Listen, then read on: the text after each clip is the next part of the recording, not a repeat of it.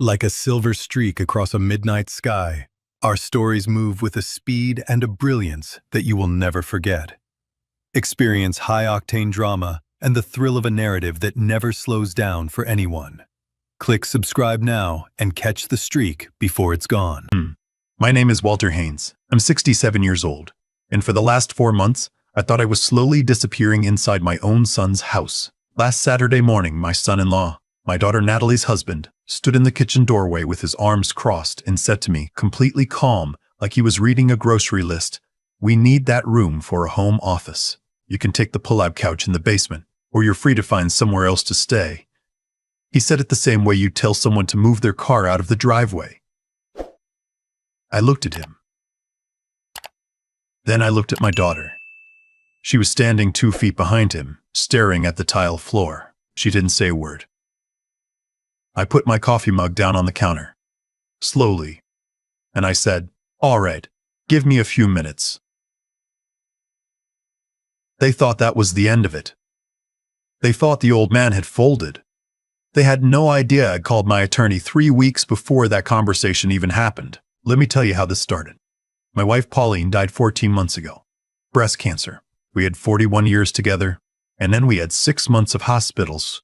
And then I had a Tuesday morning in November where I drove home alone and sat in the driveway of our house for 40 minutes because I couldn't make myself go inside. Pauline was the warmth in every room. Without her, the house in Clarkstown, 4 bedrooms, the garden she'd kept for 20 years, the yellow kitchen she'd picked out every single cabinet handle for. It just became walls.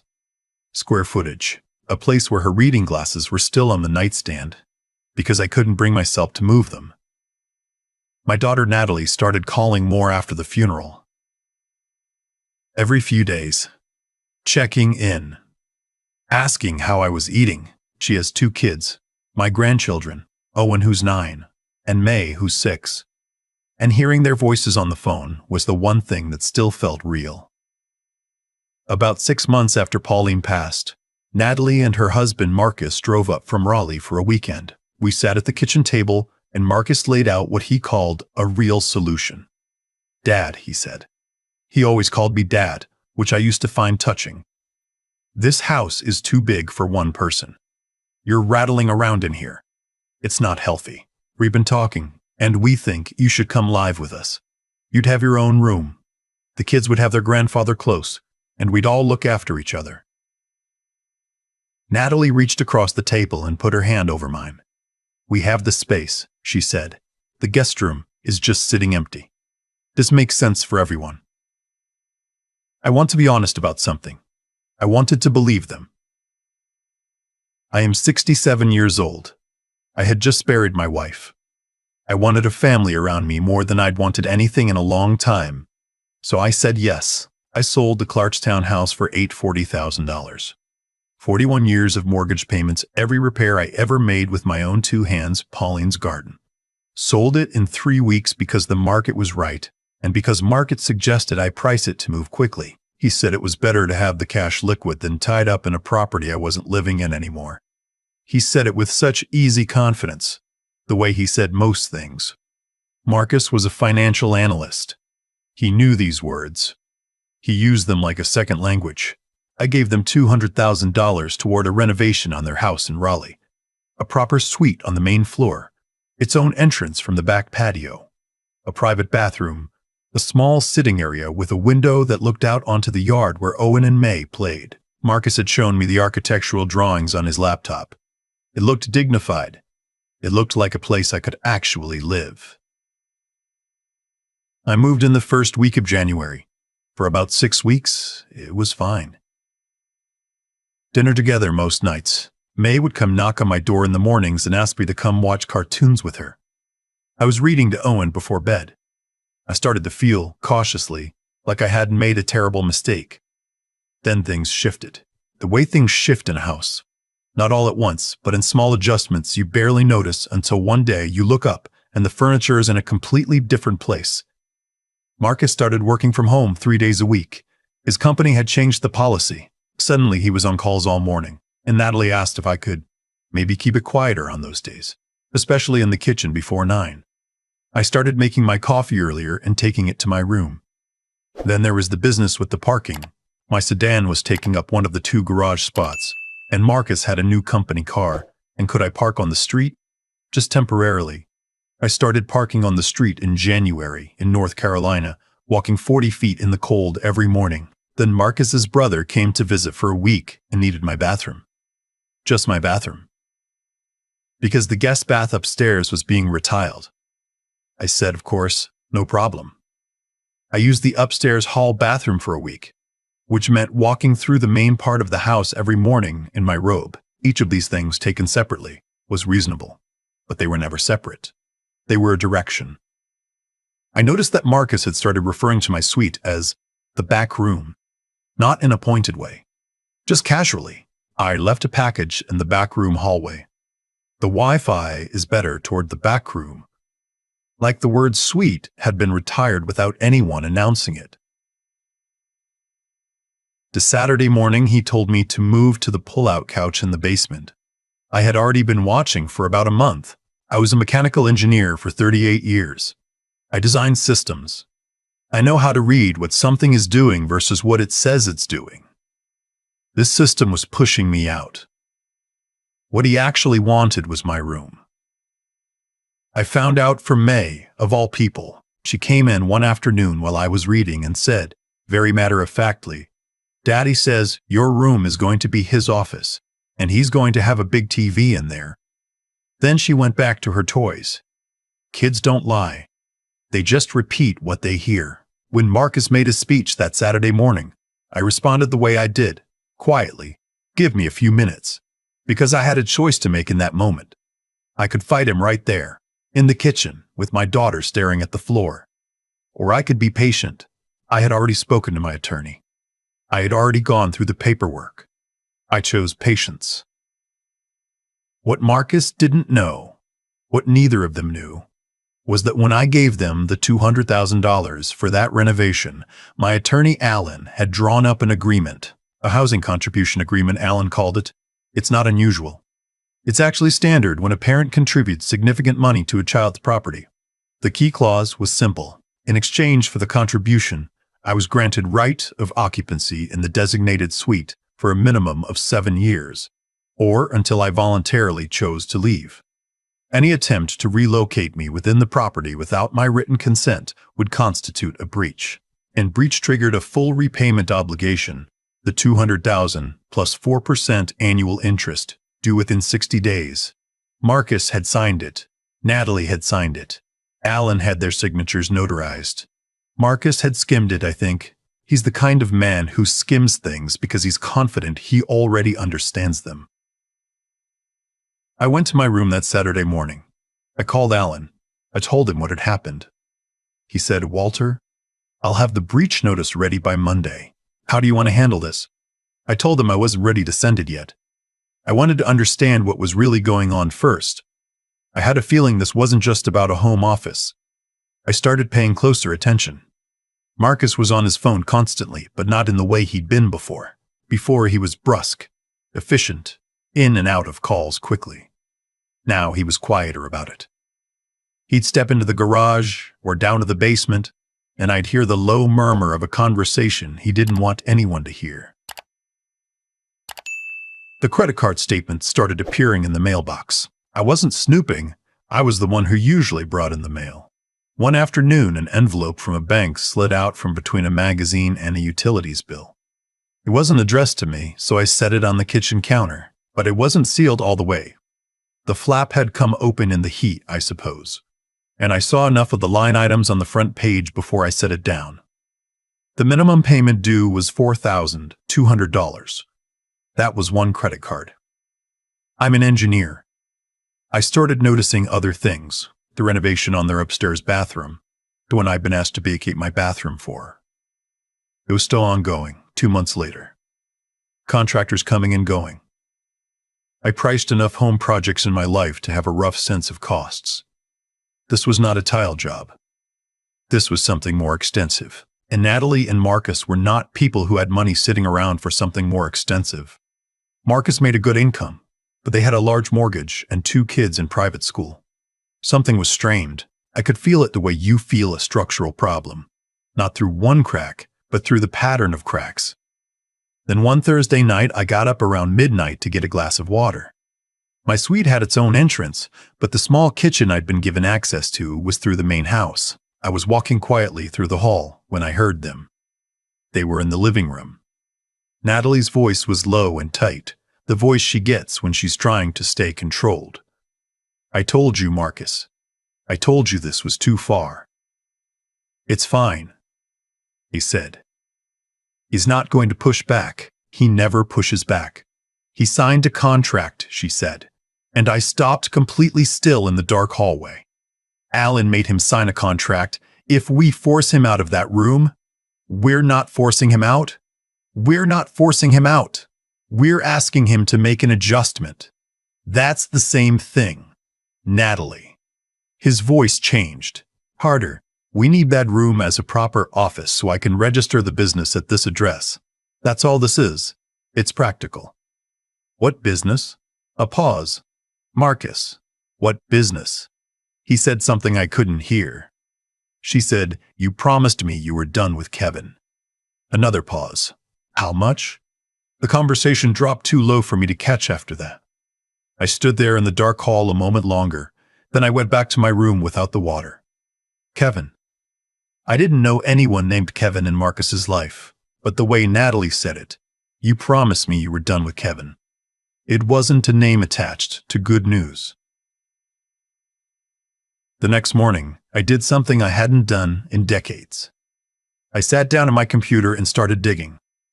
I'm not a detective, but I'm methodical. Marcus's full name is Marcus Timothy Aldrin. I started with public business registration records in North Carolina. Took me about an hour. There were 2 LLCs registered to his name in the past 18 months. One looked legitimate, a consulting practice I'd known about. The other was newer, filed 8 months ago. Aldrin Kovac Capital Partners. The co-registrant was one Kevin Kovac. I searched Kevin Kovac. What came back in the first 3 results was a securities regulatory filing, the kind that said enforcement action, the kind that listed allegations of soliciting investments from private individuals and misappropriating funds. Kevin Kovac was under investigation, and Marcus was his business partner. I sat with that for a long time. I thought about Natalie. I thought about Owen and May. I thought about what it would mean if this came apart publicly, and based on what I was reading, it very likely would. I called Alan the next morning. "Alan," I said, "I need you to do something before we send the breach notice. I need you to pull everything you can find on a Kevin Kovac in connection with an LLC called Aldrin Kovac Capital Partners. My son-in-law is a partner." Alan was quiet for a moment. Then he said, "Walter, how deep is this?" "I don't know yet," I said, "but I think Marcus is in trouble, and I think he was planning to use my suite as a registered business address to give this operation a cleaner look. They needed me out of that room before I figured it out. If he's co-registered with someone under a regulatory investigation," Alan said slowly, "and he's trying to conduct business operations out of a residential property that has a legally protected occupant, he has a problem that is much larger than your housing agreement." I said, "I know. What do you want to do?" I looked out my window at the backyard. May's bicycle was tipped over next to the garden hose. Owen had left his baseball glove on the porch steps again. "Send the breach notice," I said, "but don't send it to Marcus. Send it to Natalie. She needs to see it first. And include a letter for me. I'll write it today." I wrote it by hand. 3 pages. I didn't write about Marcus's business dealings. Not yet. I wrote about the Clarkstown house and what it had taken me to sell it. I wrote about Pauline in the garden. I wrote about the first 6 weeks in their house, the mornings with May, reading to Owen. I wrote about the parking spot, the bathroom, the word backroom. I wrote about standing in the hallway at midnight. I wrote about standing in the hallway at midnight. I wrote about Kevin Kovac. I told her I loved her. I told her I was not asking her to choose between her husband and her father. I was asking her to choose between a lie and the truth. And I told her that whatever she decided, I needed her to know that the $200,000 I'd given them was protected under a legal agreement, and that Marcus had just violated it. Alan overnighted the documents Monday morning. I waited. She called Tuesday afternoon. She didn't say hello. She just said, "Dad, are you in your room right now?" "Yes," I said. "Stay there. I'll come." She came alone. She knocked on my door the way May does. 3 small knocks, not hard. She sat down on the chair by the window, and she had the envelope in her hands, the paper edges already worn from how many times she'd folded and unfolded them. She looked like she hadn't slept in 2 days. "How long have you known?" she asked. "About Kevin Kovac." "A week." "About the rest of it, the direction things were going?" "Longer." She pressed her lips together. Then she said, "He told me Kevin was a short-term investment. 6 months, then they'd cash out. He told me there was no risk." She looked at her hands. "He remortgaged the house, Dad. Without telling me. I found out when I opened an email by accident. He's borrowed against this house to put money into whatever Kevin is running. That's why the bathroom renovation is taking so long. We can't actually pay the contractors." I let the silence sit. "He has to come clean," she said finally, "about all of it. He has to talk to a lawyer, his own lawyer, and figure out how to disentangle from Kovac before the regulatory action goes further." She looked up at me. "Is that what the breach notice is for? To give me leverage?" "The breach notice is real," I said. "He violated the agreement. But I'm not trying to collect $200,000 from you, Natalie. I'm not trying to make your life harder. I'm trying to stop you from losing this house." She started crying, not dramatically, just quietly, the way tired people cry. I let her. After a while, I said, "I'm going to look at some options for myself. I've been looking at independent living communities in the area. Not because I'm giving up on family, but because I think I need my own front door. I think I needed that from the beginning, and I was too lonely after your mother to admit it." She looked at me. "Dad, I don't want you to." "I know," I said. "But I do." What happened over the next 3 months was not simple or clean, and I won't pretend it was. Marcus came to me himself 2 days after Natalie called. He looked smaller than I'd ever seen him. He sat in the same chair Natalie had sat in. He had the look of a man who'd been hoping for a long time that things would resolve themselves and who'd just run out of runway. He told me everything. Kovac had approached him 18 months ago. The returns on the first investment looked real because they were partly enough to convince Marcus to put more in. Then more. Then the remortgage. By the time he understood what Kovac was actually running, Marcus was too deep to pull out quietly. He'd been trying to get the LLC dissolved from the inside without triggering the regulatory mechanism that would expose his involvement. He'd wanted my room so the LLC would have a cleaner residential address on its filings. A credible home base. He thought that if I moved to the basement, I wouldn't notice. He thought I was an old man who wouldn't look. I told him, as calmly as I could manage, that I had been an engineer for 38 years. That my job was to understand how systems worked and where they failed. That he had made a serious mistake in judgment. Multiple mistakes. Compounding. And that the only remaining question was whether he was going to handle them honestly or not. He hired his own attorney. He cooperated with the regulatory inquiry. It was painful and expensive and publicly humiliating in the way that financial disclosures always are. Kevin Kovac was eventually charged. Marcus was named in the investigation but not charged because his cooperation and disclosure were complete. It cost them significantly, but it didn't cost them the house. Not quite. I did not collect on the breach notice. I had Alan draw up a modified agreement instead. The occupancy terms remained in place, but I voluntarily reduced my footprint. I took the smaller sitting room off the main hall and converted into what I actually needed: a comfortable bedroom, a desk, a chair by a window. I didn't need the whole suite. I'd never needed the whole suite. I'd needed to know it was mine. In March, I found a 2-bedroom cottage in a 55-plus community about 11 minutes from their house. Mature trees, a small porch, a community garden that reminded me, carefully, at a safe distance, of the one Pauline had kept for 20 years. I put a deposit down in April. I moved in May. My new address is my own. Owen came over the first weekend and asked if he could sleep on the fold-out couch in my second bedroom. I told him yes, of course, and he arrived with a backpack full of books and 2 granola bars for breakfast. May called me on Natalie's phone to tell me she thought my new place looked nice and cozy based on the photos Natalie had sent her. They don't know everything that happened. They will, someday, when they're old enough to understand that adults are complicated and love alone is not enough to keep people honest. What I know is this. I made mistakes. I gave away the proceeds of 41 years without a plan. Because I was grieving, and I wanted to feel like I belonged somewhere. That's not weakness. That's being human. But the contract was not weakness either. Alan had told me at the time, "Walter, this is just good practice," and I'd felt mildly embarrassed having it drawn up, like I was accusing my own daughter of something. I wasn't. I was protecting all of us from the version of events where money and real estate and grief get tangled up, and nobody can remember what anyone actually agreed to. Contracts don't mean you don't trust your family.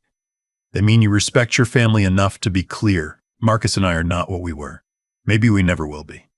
But Natalie and I have dinner every Sunday now, and Owen beats me at chess about half the time, and May has started calling my cottage, the same way kids name places that belong to someone they love. That is enough. For now, that is more than enough. If this story stayed with you, hit the like button and leave me a comment below. I want to know, was I wrong to wait as long as I did before acting? Or was patience the only thing that saved my family? Tell me where you're watching from. I read every single one. I've been thinking about what I would tell a younger version of myself. Not the version that was 35 and confident and had Pauline beside him and didn't need advice from anyone. The version that was 66, standing in an empty Clarkstown house after the funeral, so desperate not to be alone that he would have agreed to almost anything. I would tell him loneliness is not a reason to sign away your leverage. That sounds cold. I know it does, but here's what I've learned about the way things actually work between people. Not in theory, not in how we wish it went, but in the real friction of daily life, when money and grief and pride are all in the same room together. When one person gives everything and the other person receives everything, the relationship does not become more loving. It becomes unbalanced, and unbalanced things fall, not because anyone is evil. Sometimes just because the weight is distributed wrong and nobody said anything until it was too late. Marcus was not a monster. I want to be honest about that. He was a man who made a series of bad decisions under financial pressure and told himself each one was temporary, manageable, almost not a lie. That is a very human thing to do. I have done smaller versions of it myself. The difference between Marcus and me was not that I was wiser or better. The difference was that Alan made me sign a piece of paper, and that piece of paper forced a moment of clarity that feelings alone never would have. That's the thing about ethics that nobody talks about plainly enough. Being a good person is not the same as having a good structure. You can love your daughter completely and still need a contract. You can trust your family genuinely and still protect yourself legally. These are not contradictions. They are what it looks like to respect everyone in the room, including yourself. I also think about Natalie and what it must have cost her to call me that Tuesday afternoon. She knew what she was choosing when she picked up that phone. She was choosing the truth over the easier version of her life. That takes something. It takes a kind of moral courage that I don't think gets named often enough. She was not weak for not seeing Marcus clearly sooner. She was human. But she was strong when it counted. And that is what I choose to hold on to. What I want anyone to take from this, if there is anything worth taking, is that resilience is not about refusing to feel the hard things. I felt every bit of it. The basement conversation. The parking spot. The word backroom. The midnight hallway. I felt it all and it was genuinely painful. Resilience is about staying methodical anyway. Staying curious about what is actually happening instead of what you're afraid is happening. It's about not acting until you understand the full structure of the problem. That is what 40 years of engineering gave me. Not immunity to being hurt, but the habit of looking before I cut. Owen beat me at chess again last Sunday. He's getting serious about it. May brought me a drawing she made of my cottage, with the porch and everything. Little stick figures of the two of us in the garden. It's on my refrigerator right now. That is what I was protecting. Not the $200,000. Not the legal agreement. Not my dignity even. Though that mattered too. I was protecting the version of this family that could still sit down together and mean it. Some things you only keep by being willing to lose them first. If any part of this stayed with you, I'd like to know. Leave a comment below. Tell me where you're watching from. And tell me, was patience the right call, or should I have acted sooner?